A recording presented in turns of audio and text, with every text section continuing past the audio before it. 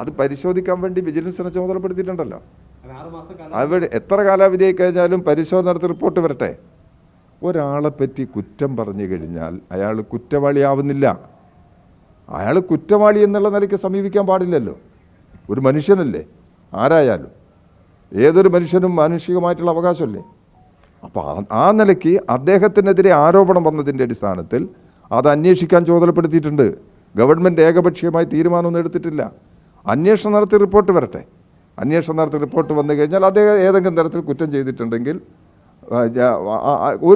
ഒരു ദാക്ഷിണ്യവും അതിൻ്റെ മേലെ ഉണ്ടാവില്ല. അതാണ് നിലപാട്.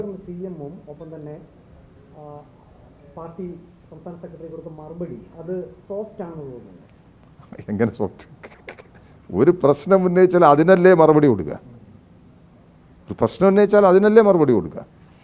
ഈ പരാതിക്ക് ഒരു റിട്ടേൺ ഒരു മറുപടി ഒന്നും കൊടുത്തിട്ടില്ല. അൻവറുമായിട്ട് സംസാരിക്കുകയാണ് ചെയ്തിട്ടുള്ളത്.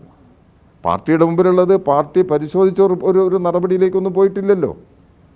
പാർട്ടി സംസ്ഥാന സെക്രട്ടറി തന്നെ സ്ഥലത്തുണ്ടായിരുന്നില്ല. അദ്ദേഹം വന്നതിന് ശേഷമല്ലേ ഈ കാര്യങ്ങളെല്ലാം നോക്കുന്നത്. അതിൻ്റെ ഇടയിൽ അൻവർ പാർട്ടിക്കെതിരായിട്ട് ശക്തമായ നിലപാടെടുത്ത് കഴിഞ്ഞാൽ അതിൻ്റെ പരിശോധനയ്ക്കാണോ പിന്നെ സമയം? അപ്പോൾ ആ നിലപാടാണ് പാർട്ടി എടുത്തത്.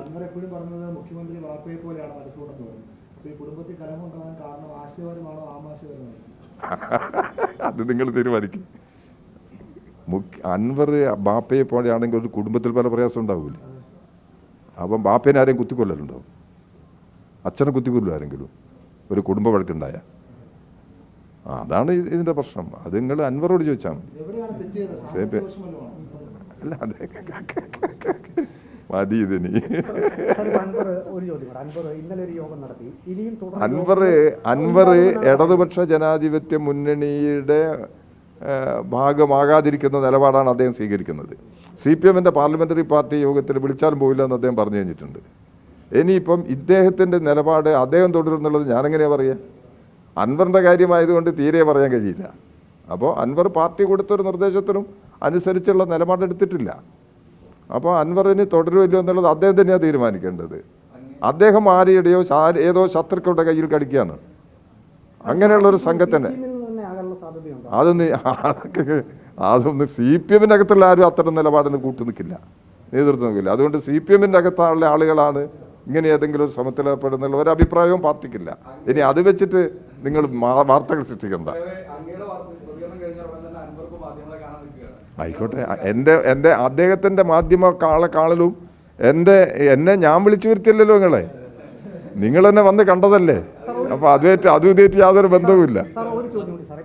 തുടർ യോഗങ്ങൾ അദ്ദേഹം നടത്തുമെന്ന് പറയുന്നത് പലയിടങ്ങളിലായി. ഇതിപ്പം ആ ജില്ലയ്ക്ക് പുറത്ത് മറ്റ് ജില്ലകളിലേക്ക് ഇങ്ങനെയുള്ള സ്വാധീനം വരാനുള്ള സാധ്യത? ഏത് സ്വാധീനോ? നിങ്ങൾ ഒരു പ്രശ്നത്തിൽ ആരെങ്കിലും ഇങ്ങനെ ഒരു മീറ്റിംഗ് നടത്തിയാൽ അയക്ക് കേൾക്കാൻ ആളുകൾ വരും.